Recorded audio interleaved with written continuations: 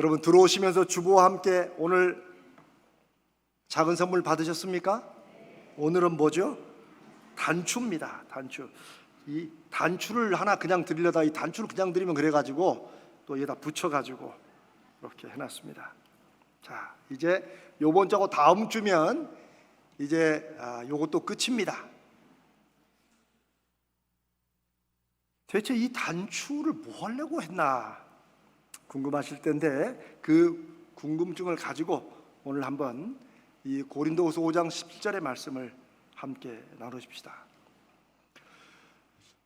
인생을 살다 보면 사실 나이에 상관없이 젊을 때나 혹은 연배가 있을 때나 한 번쯤 새롭게 시작하고 싶은 그런 마음이 있습니다.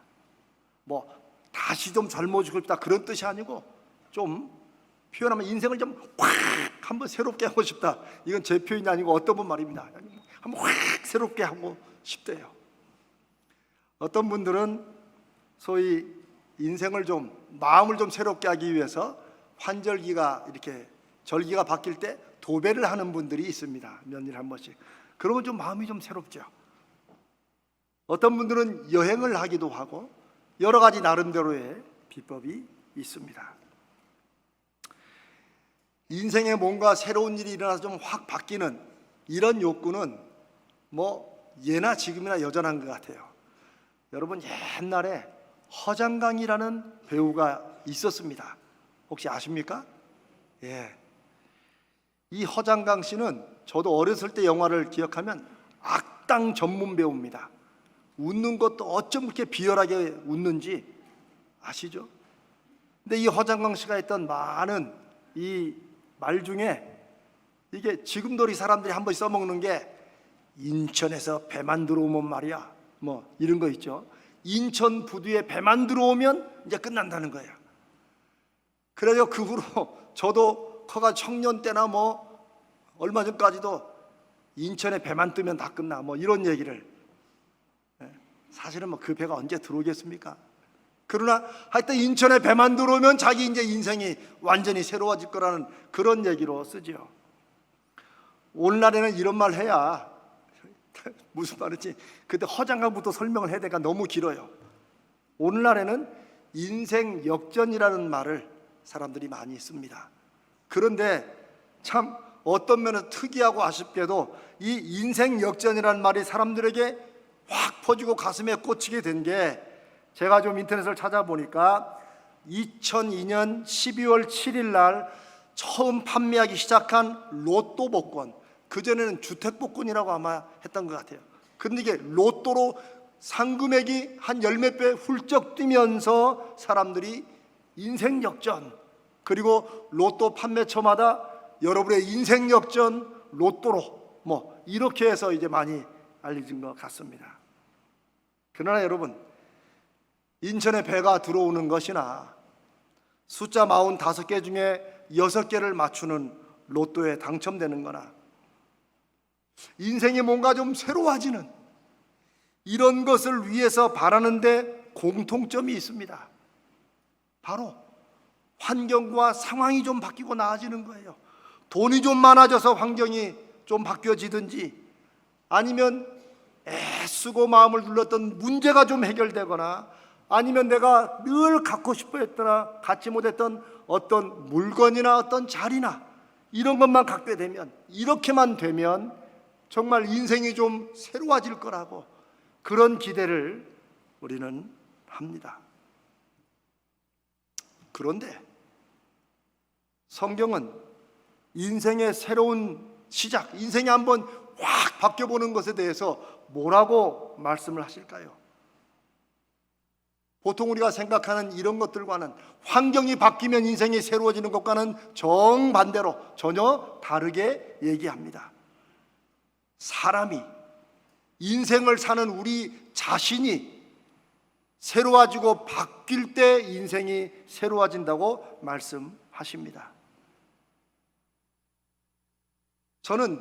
저도 옛날에 그런 생각을 많이 했고 그런 불평도 많이 했지만 이런 얘기 들으면 뭐 교회에서는 다 그렇게 얘기하지, 성경은 다 그렇게 말하지.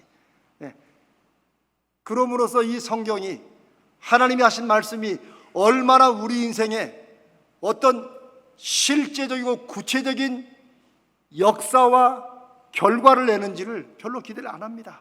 오래 믿을수록 그런 것 같아요. 아, 오늘은 설교가 또 저거니까 저렇게.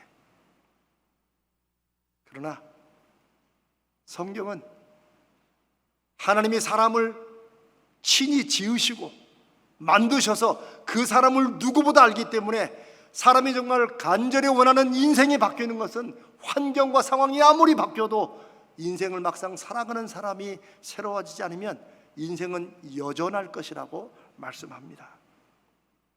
그리고 그 인생이 새로워지기 위해서 성경이 많은 말씀을 하시는데 우리가 잘 아는 대로 에베소 4장 23절은 마음이 새로워짐으로 우리의 인생이 새로워진다고 말씀합니다. 오늘 우리가 읽은 본문 고린도후서 5장 17절은 아예 하나님이 새로운 피조물로 우리를 창조하셨다고 말씀하십니다. 요즘에 참 덥지요. 정말 에어컨을 틀어놔도 더운 것은 요즘인 것 같아요. 땀을 많이 흘리죠. 그런데 여러분, 우리 중에 땀 막 잔뜩 흘리는데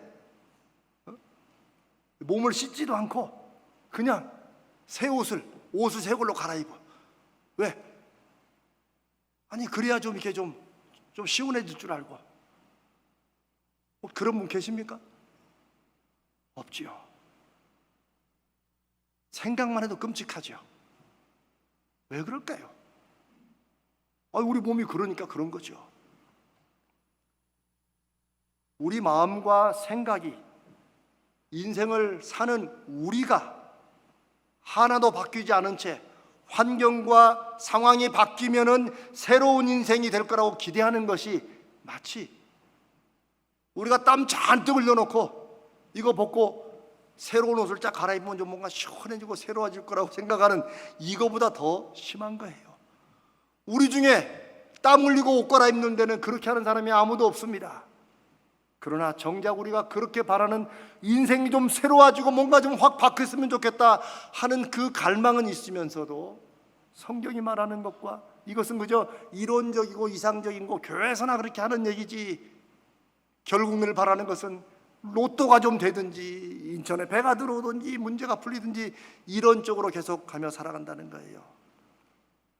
그런데 오늘 저와 여러분이 함께 읽은 이 고린도서 5장 17절은 예수 그리스도 사역을 쭉 말씀하시면서 마치 놀라운 결론처럼 예수 믿는 우리는 인생이 이미 새롭게 시작되었다고 선언을 합니다. 누구든지 하는 말은 잘 아는 대로 여기 어떤 인간적인 조건이나 차별이 없습니다.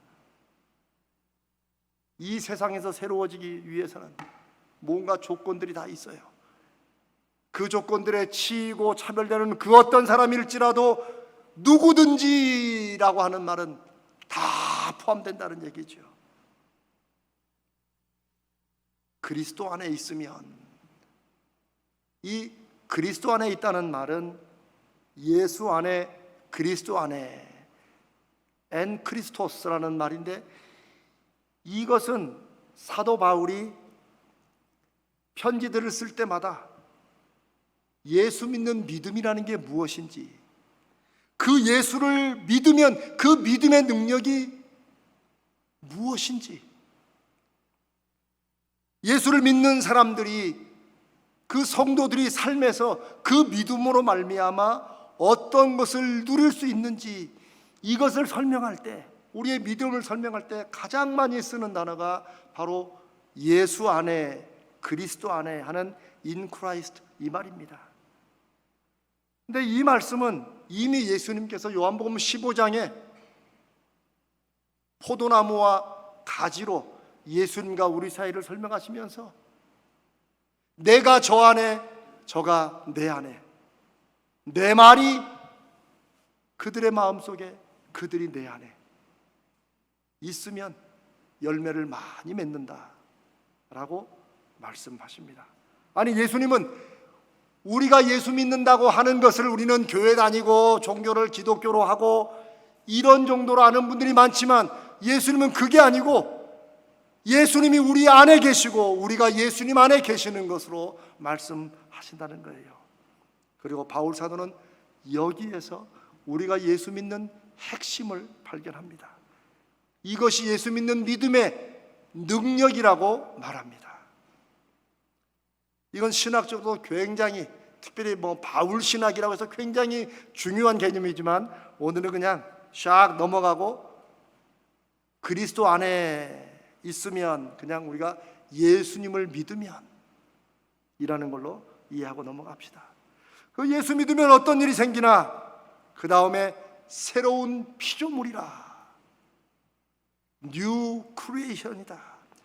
이 말은 저 창세기 1장에 하나님이 태초에 천지 만물을 창조하시면서 맨 마지막에 하나님의 일하심과 운영하심을, 하나님의 형상으로 지은 인간이란 존재를 창조하시고 하나님과 같이 하나님의 대리를 통하여 하시도록 인간을 창조하신 그 창조를 지금 바울 사도가 우리에게 예수 그리스도 안에서 우리가 새롭게 창조되었다고 말합니다.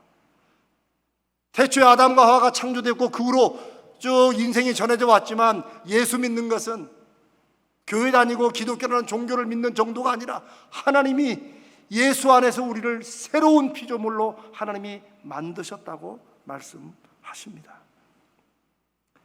왜 이렇게 하셔야 됐을까요?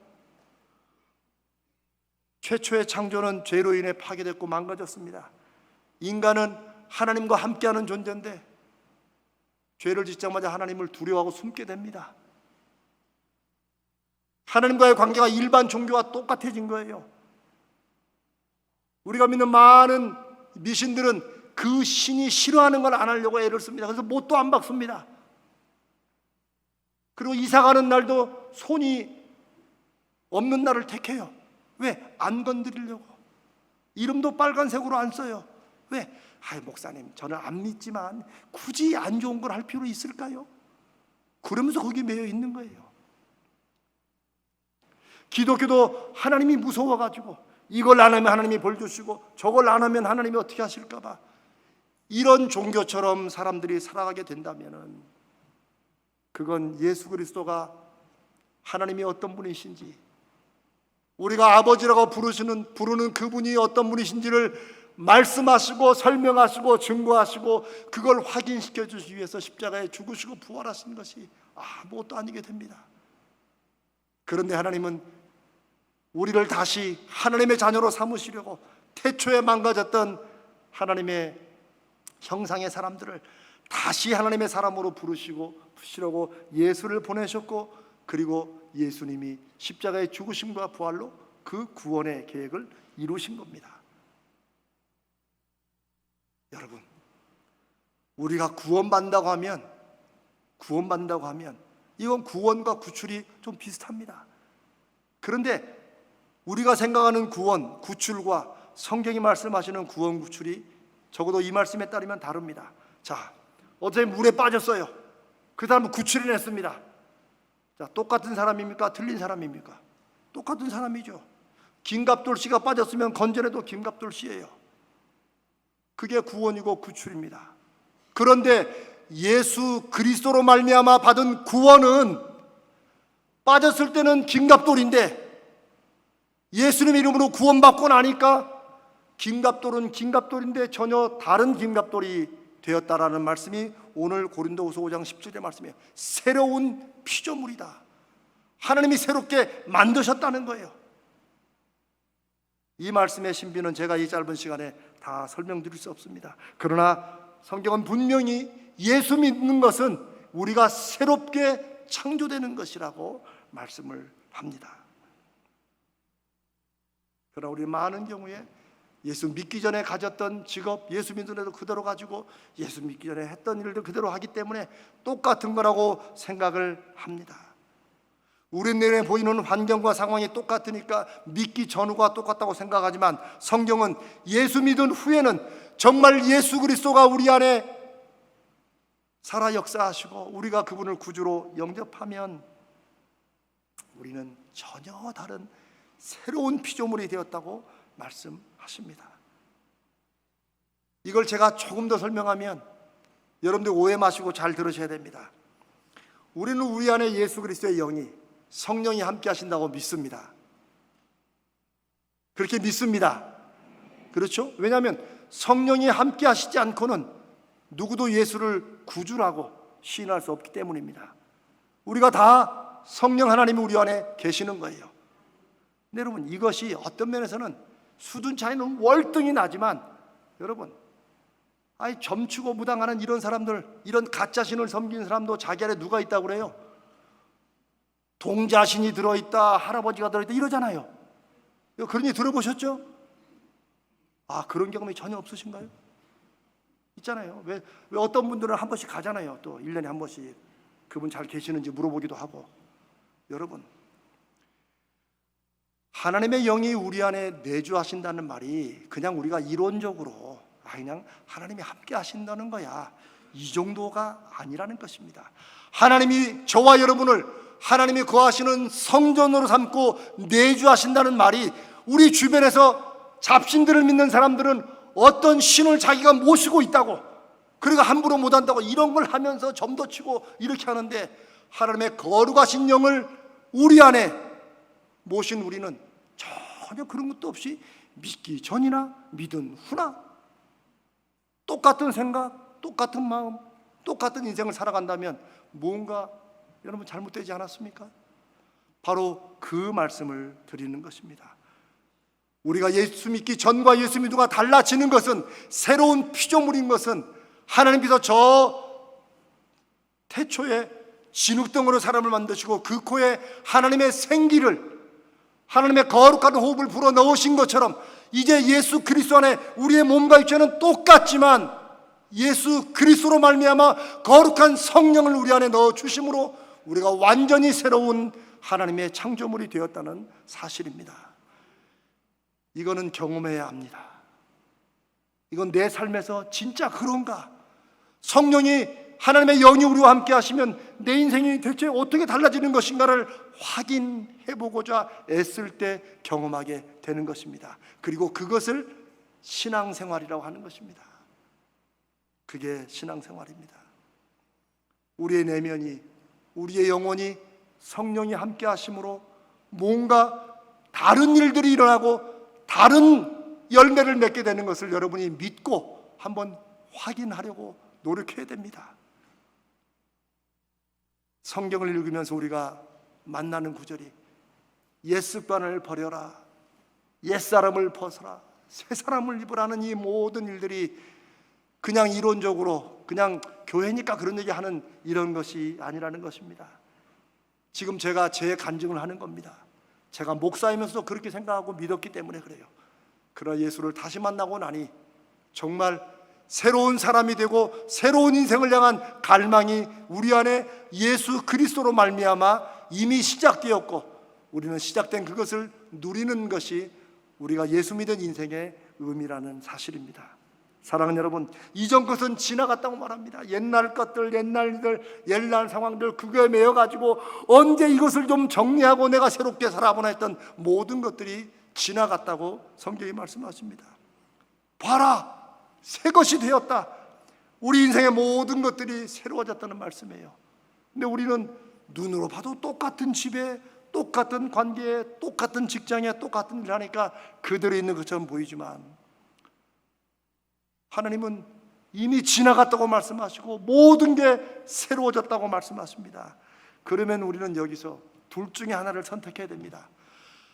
하나님은 지나갔고 새 것이 됐다고 그러고, 우리는 눈에 보기에 똑같으면 누구를 한번 믿고 살아갈 것인가? 이게 믿음의 결단의 문제입니다.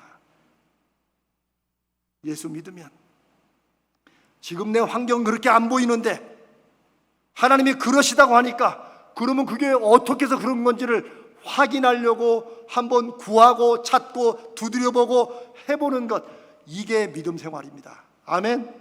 이걸 해보자는 거예요. 이 신비, 이 비밀, 이 축복, 이것을 우리가 귀로만 들어서 좋겠다가 아니라 크든 작든 내 삶에 구체적이고 실제적으로 경험할 때 예수 그리스도 안에 있는 우리가 완전히 새로운 인생이 시작되었다는 것을 우리 삶에서 확인하고 경험하게 되고, 그런 열매를 통해서 사람들이 교회는 다 똑같고 아유 예수 믿는 사람들이 한둘이야 하는 이런 세상 속에서도 하나님의 살아계심과 역사하심을 믿고 그들이 하나님 앞에 나오게 되는 것입니다. 이런 불신앙과 이런 냉소의 시대에 하나님을 증거할 수 있는 것은 우리의 입이 아닙니다. 우리의 기막힌 설명이 아닙니다. 적어도 예수 믿는 우리는 이 말씀으로 가슴이 움직이고 하나님 정말 그렇다면 저에게 한번 역사하여 주시옵소서 하는 순종을 통해서 우리 인생에 크든 작든 변화의 열매가 일어나고 사람들 눈이 휘둥그레질 때 하나님을 찾게 되는 것입니다. 사랑하는 여러분, 우리가 이것을 한번 해보십시다. 자, 그러면 새롭게 창조하신 피조물의 경험 대체 어디서부터 어떻게 해야 될까요? 저는 이렇게 여러분께 도전하고 싶습니다. 인생을 살다 보면 어쩔 수 없는 일이 있습니다. 그렇죠? 어떤 일들은 그냥 받아들여야 돼요.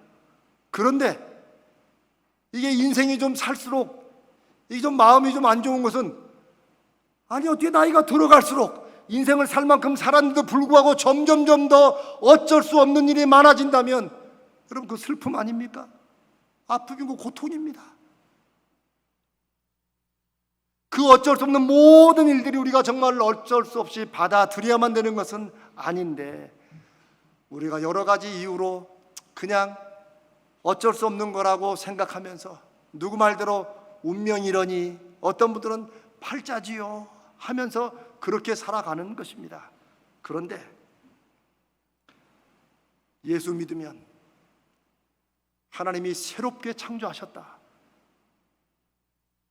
내 마음과 내 믿음이 새로워짐으로 나는 새로운 사람이다 라는 것을 실제 확인해보고, 그러면 내 인생도 새로워지는 것을 경험해보려면 여러분 이 어쩔 수 없다고 여러분이 그냥 포기했던 일들, 아유 목사님 그냥 제 운명이고 팔자지요 했던 그 일들을 여러분 한번 어쩔 수 없는 일이 아닐 수 있다고 생각하고, 하나님이 한번 역사하시면 어쩔 수 없는 일이 아닐 수 있다고 한번 하나님 앞에 의지하고 믿고 그것에 한번 반항을 해보세요. 한번 도전을 해보시고 안 했던 것을 해보시고 그냥 마지못해 왔던 것을 한번 끊어보시기 바랍니다. 사랑하는 여러분, 구하고 찾고 두드리는 것은 지도만이 아니고 우리 삶에서 하나님의 역사하심을 구하고 찾고 두드리는 것입니다. 하나님이 우리와 함께 하심을 믿으면 믿지, 그냥 믿어. 믿는데 나 혼자 살지 말고 정말 하나님의 함께 하심을 믿으면 그분을 한번 의지해서 우리가 한번 적어도 이번 한 주간부터라도 그렇게 한번 도전을 해보십시다. 성도들이 예수 믿는 시간이 길어질수록 하나님을 자꾸 귀찮아하는 경향이 있습니다. 저도 그랬어요. 다 알아, 교회 일. 다 알아. 자꾸 교회에서 뭘 또 그런 걸 하라고 그러고 뭘 또 이래. 자꾸 하나님이 귀찮아져, 예수를 믿을수록. 그런데 이제 우리 하나님을 귀찮아하는 신앙생활이 아니라 하나님을 귀찮게 하는 신앙생활로 바뀝시다. 아멘? 어떤 분들 깜빡 졸다 들으면 이 말이 그 말이고 그 말이 이 말인데 싶지만, 자 다시 한번 봅시다. 하나님을 귀찮아하는 신앙생활, 그냥 내가 그냥 이대로 살게 내버려 두세요 하지 말고 하나님을 귀찮게 하는 신앙생활을 해보십시다. 하나님 성경에 이렇게 써있는데 이 목사님이 저렇게 목 터지라고 말하는데 이거 뭐 가짜입니까? 왜 내 인생이나 안 됩니까? 라고 하나님 앞에 묻고 따져야 됩니다. 하나님을 좀 귀찮게 합시다. 아멘? 그런데 하나님은 전혀 귀찮아하지 않으십니다.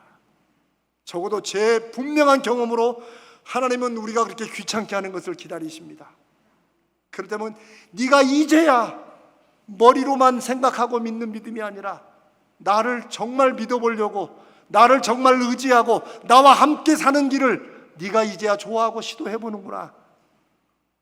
창세전부터 우리를 자녀 삼으시려고 예정하시고 하나님의 때가 되어서 하나님의 자녀 삼아주신 그 하나님이 지금도 기다리시는 것은 우리가 하나님과 함께하는 것, 우리가 하나님의 말씀을 듣고 그대로 한번 내 인생에 어쩔 수 없다고 포기했던 일들에 한번 믿음으로 도전해서 하나님이 살아계시고 일하시는 것을 내가 확인하고 그 열매로 봐라, 하나님이 정말 살아계시잖아 하는 이런 증거를 하는 증인들이 되기를 원하신다는 사실입니다.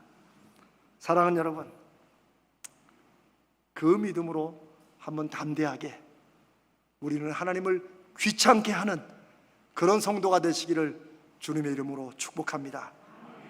이제 말씀을 마쳐야 되니까 여러분이 단추는 언제 나오나 싶을지 모르지만 이제 단추입니다. 그러면 이 말씀하고 단추하고 무슨 상관이냐? 직접적인 연결은 없습니다. 저는 두 가지를 생각했어요. 우리 성도들에게 뭔가 새롭게 시작하는 그것을 확인해주는 그런 게 뭘까 하다가 단추를 생각했습니다. 아마 조금 센스가 있는 분들은 이미 요 뒤에 단추를 5개 더 주 안에서 늘 새롭게, 이것만 가지고도 그런 뜻이구나 아실 겁니다. 옷에도 단추가 있지만 우리 인생에도 단추가 있다고 생각합시다. 우리는 종종 과거의 우리의 실패나 상처에 매여서 그때 잘못 꿰진 그 단추를 바라보면서 지금도 계속해서 잘못 꿰진 인생을 살아갈 때가 있습니다. 그러나 성경은 말씀하십니다. 이전 것은 지나갔다. 초반에 잘못 꿰진 단추는 잊어버리세요. 이제 잊어버리시고 우리가 살아가는 인생은, 믿음의 삶은 오늘부터 새롭게 시작됩니다. 아멘. 그러면 오늘부터 이 단추를 믿음으로 다시 깨면 됩니다. 아멘. 여러분 이거 이해하셔야 단추를 넣는 의미가 있지, 아니면 이거 단추 괜히 갖다 놓은 겁니다. 사랑하는 여러분, 하나님이 주신 오늘 인생의 기회, 이번 한 주간에 우리 인생의 단추를 새롭게 듯 우리를 통해 하나님이 어떻게 새롭게 일하시는지를 확인해 봅시다. 아멘. 두 번째, 제가 이 단추를 사실 영어로는 단추를 버튼이라면 버튼인데, 영어로 버튼은 그냥 옷만 꿰는 게 아니고 뭔가 기계를 작동시키는, 우리는 스위치라고 영어를 부르죠. 스위치. 근데 여러분, 스위치는 원래 이게 이동하는 거, 바뀌는 걸 스위치라고 그래요. 위아래로 내리는 거 스위치예요. 누르는 건 스위치가 아닙니다. 그건 버튼입니다. 버튼. 여러분, 컴퓨터 잘 안 되면 어떻게 해요? 네, 단추 누르잖아요. 여러분, 스마트폰 안 되면 어떻게 해요? 그냥 이거 누르잖아요. 새로 껐다 켜잖아요. 네, 그런 의미에서 우리 마음에 눌리고 아프고 복잡한 게 있거든. 하나님, 이 단추를 한번 믿음으로 누르세요. 주여, 내 인생을 좀 새롭게, 내 마음부터라도 이전 모든 것은 지나갔고 모든 것이 새로워졌다고 말씀하시는데, 하나님, 제 마음속에 이 단추를 하나님 제가 누르오니 역사해 주셔서 지금부터 하나님과 시작되는 새로운 역사, 새로운 기회가 시작되게 하여 주시옵소서. 이런 기도를 한 번씩 눌러보라고. 여러분, 누구든지 그리스도 안에 있으면 새로운 피조물이다. 이전 것은 지나갔다.